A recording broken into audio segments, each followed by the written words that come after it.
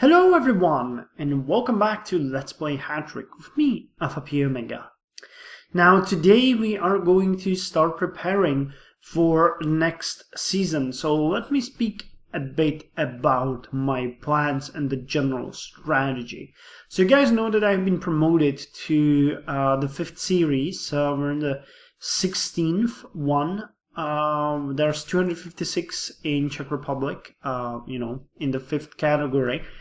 It's going to be kind of hard. Looking at it, most of these teams are pretty strong, and some of them are about my strength. So I'm hoping that we will not drop at the end of the season, basically returning to the 6th one in the next season. But I'm kind of content with the thought that even if we ended up last, we would be capable of beating the aspiring team from the lower league. So let's hope that's how it's gonna end. My target would be somewhere around here. I would be happy with the 5th or 6th position. Anything above the 6th is bonus for me. The same goes for my fans. They don't have very big expectations for this season. We will have to fight to stay up. So, there's not much to lose for me. Now, we have almost 1900 members. I'm hoping that we will be able to roll with the train for at least some time.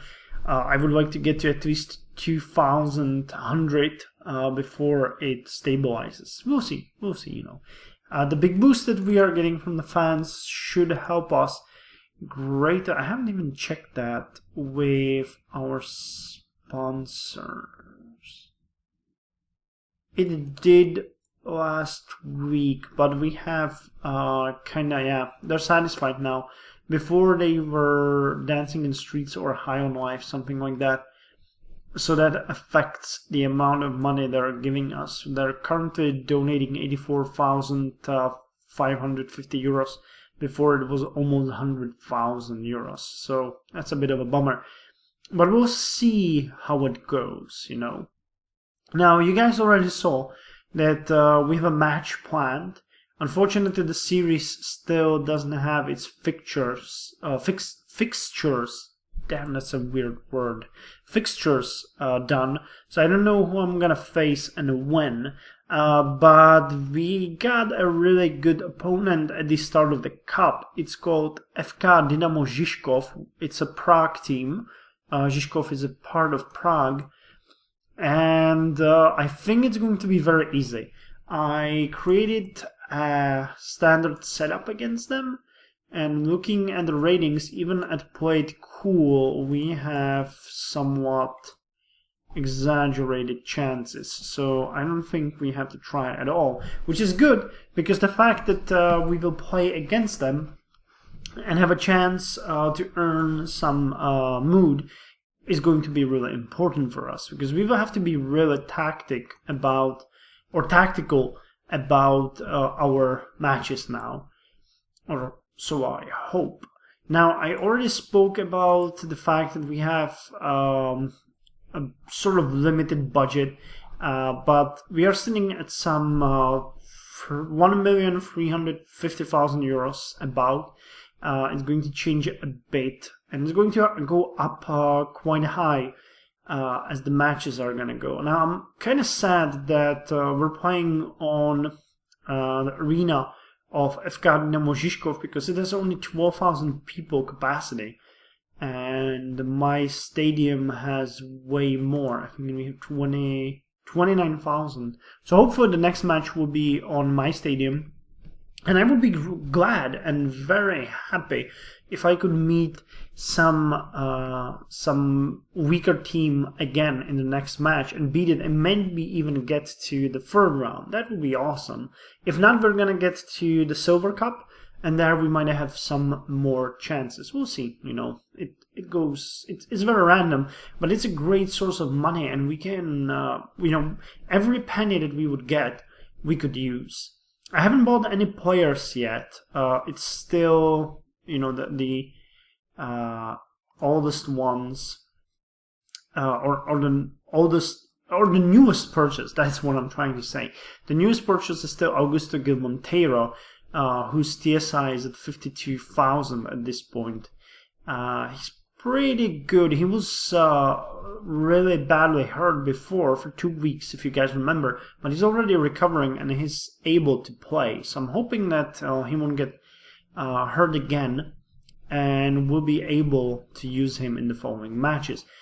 His world-class winger is really good. Right Tilcher with world-class playmaking, Iriome Cabrera with world-class playmaking, and Konrad Pielech on the other wing. This is pretty good. Now, there's a bit of controversy about my setup. Now, one thing that you guys probably haven't noticed is that I have put Karol Bartowiak in the A-team. He's actually really, really, really good. Where's the playmaking? Here. You can see that he's fourth now in the entire team. His playmaking is brilliant, which led me to putting him in the A-team. Now, the problem is that he has unpassable form, while Václav Balon has solid form, which is putting him a bit higher than Bartowiak is. But his better winger and better defending is making a whole lot of difference. Now, not now, because Balon has a higher form, but in the future it's going to change everything. Now, if you look at the ratings, this is what it is with Bartowiak in the middle. If I put Balon there, you will see we have a boost to scoring. There's a bit more passing. And he just has a better better form, so there's not much I can do with that. However, I want to get Bartowiak in the A-team because I need him to train in the middle, and I want him to be in the position where he can use it. Plus, it won't do any difference whether we put Balon there or not at this point. So no changes here. I'm still going to use Rade Wozinovski, as was advised by my ex-mentor in the front. I'm waiting for my current coach to drop a bit more, and then I'm going to change him. Or I'm waiting for Rade Wozinovski to drop a bit more and then change him. The fact is that Wozinovski could get some extra experience from all these matches. He has brilliant experience. If I manage to get him a bit more experienced, he might actually be even cheaper to convert into... Oh, I haven't thought of that. Am I... Yeah, I'm switching Wozinovski for Walter Schloss. I'm gonna switch Raul so that Wozinovski plays the home match. That way he will get more experience. I don't think it's actually possible that we will have enough matches for Wozinovski to actually get more experience. But it's possible. They get the most out of these matches, so it would be good. It would be good. I'm also happy that the entire A-team is playing there.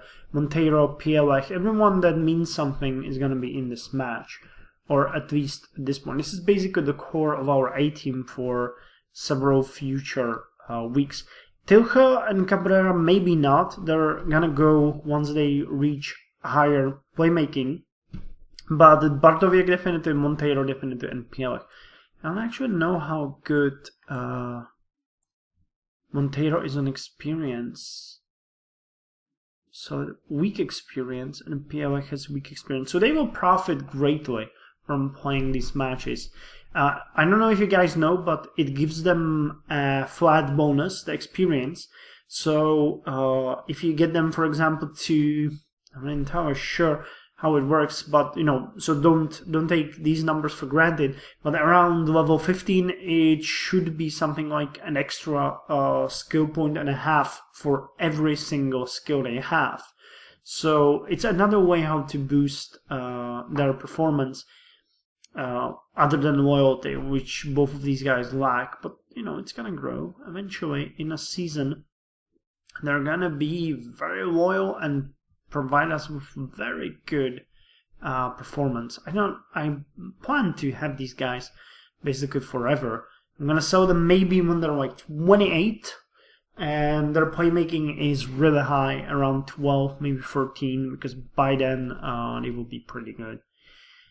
So yeah, that's all to this. Now, I have been speaking about training. There wasn't much to say, other than, yeah, that Karol Bartowiak now has brilliant playmaking, which is really good. Raul, however, his stamina dropped, and Augusto Gil Monteiro, his stamina dropped as well. I'm not... Stamina training share 7? I thought I had... Stamina share should be on 7, not on 10. I don't know what that's... One reset it itself. I don't know. Anyway, before, I think you guys already saw that Rada Wozniowski, his scoring deteriorated, and Etoragido, his playmaking deteriorated, but you know, it's gonna go up again on first day when we get the training results. Now we're going to get to the youth team, where I actually have a really good news for you guys. I haven't spoken about the youth team at all yet, but remember Boris Tetur, the guy that we trained, he managed to sell. And he sold for 80,000 Czech crowns, which is, I don't know, a couple thousand euros. Yeah, 2,000 euros in the game. Really? It'd be like 50. Well, you know, it's a bit skewed. Euro is way lower now. But anyway, he managed to sell, which is pretty good, because now they are going to train him. And as we are the mother club, unless he gets the boot, which I hope he won't, because IFK Stieg... Oh no, it's a completely new team. God damn it. Okay, well, that might be really bad. I haven't checked that before. But what I was saying is that if Tetur managed to train and get better and then got sold, he would be really good and eventually gained a lot of fame and could accumulate a lot of value. And every time they sell him, I get, I think, 1.5% out of the amount. So I'm trying to... He's like the first bird that we send out who's gonna generate us money in the future. But if that team is really new and that guy isn't just starting over, we're pretty much fucked. Now, here we have Alexandra Krishna, who is actually starting to look incredible. He's gonna play a lot on winger positions now, because I switched, because of him, the training to winger as well. Both of them will have crossing and wing attacks. So I'm hoping that until he becomes what? We have 62 days. 62 days. That's 2 months. He could gain 2 skill points in 2 months, I hope. Then we can put him in the B team, maybe, and train him and make him good. Because he's ours. Remember, he's gonna be basically purely 17, ready to level up to the passable playmaking. And in a couple of months, he could get to like level 10. He will have really high winger skill, and he has a specialty. So selling him then for about, say, 30 million would be a giant boost and a complete payment for everything we have done so far with the entire youth academy. So it's a big plan, but the youth academy, I actually don't know how much it costs us. I think like 800,000 per stadium maintenance, stadium youth scouting. 800,000, yeah, 800,000. So he would pay for months and months worth of functioning of the youth academy. And this is what the game really is about. You need guys like this that you can train and make them good and then sell them at a huge profit. Plus, again, every time he's gonna sell in the future, he's gonna generate us revenue. Even if it's a couple 100,000, he's going to be there for us. Now, there's a couple of people that I'm really looking forward to as well. Now, Ketosav Mentweek is starting to look really good. Look at that. Playmaking passable. Maximum is unknown. But he's not looking bad at all. And just today, I learned that David Schwartz has a maximum of excellent defending. I actually don't know what to do with him because I'm going to train his winger skill to inadequate. And then I guess I'm going to try to, depending on how fast Alexandra Krishna is going to go, I'm going to try to put his defending up afterwards. Because he could be good. I have no idea how his passing is doing. But once Krishna is out, we're going to focus on him. Too bad he doesn't have a specialty though. I don't think he has... Yeah, he doesn't have anything. But you know, he could be another giant finding for us. We'll see. Same with Ketosav Mentweek. We'll see how these guys go. So yeah, that's the Youth Academy. Too bad Jaroslav Steffel wasn't younger when we scouted him, because he could have been good, you know. But at this age, he's gonna be 17 and 82 years. 82. He's gonna be 17 and 82 days, not 82 years, when we can use him. So that's way too high. So yeah, that's all for now. I'm gonna end it here. I hope you guys enjoyed this overview. It's been a bit longer, but we're doing our best to get into the next season with the right foot. And I'm thinking about some future purchases. I don't know who to use. I'm thinking about some, maybe forwards would be good, because they could get at least a bit of training from the playmaking that could benefit us in the future, but I'm not sure. It would have to be someone really, really young who, you know, would have really high stats, and then this playmaking training would rub on him. I can't really think of much else. The defensive guys, same.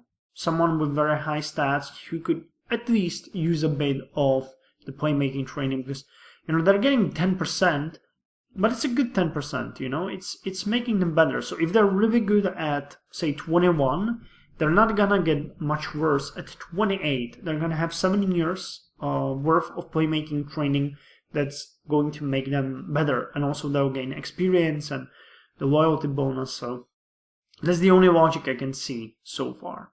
So yeah, I hope you guys are enjoying the game. I hope it's going well for you as well, and see you next week with some more Hattrick.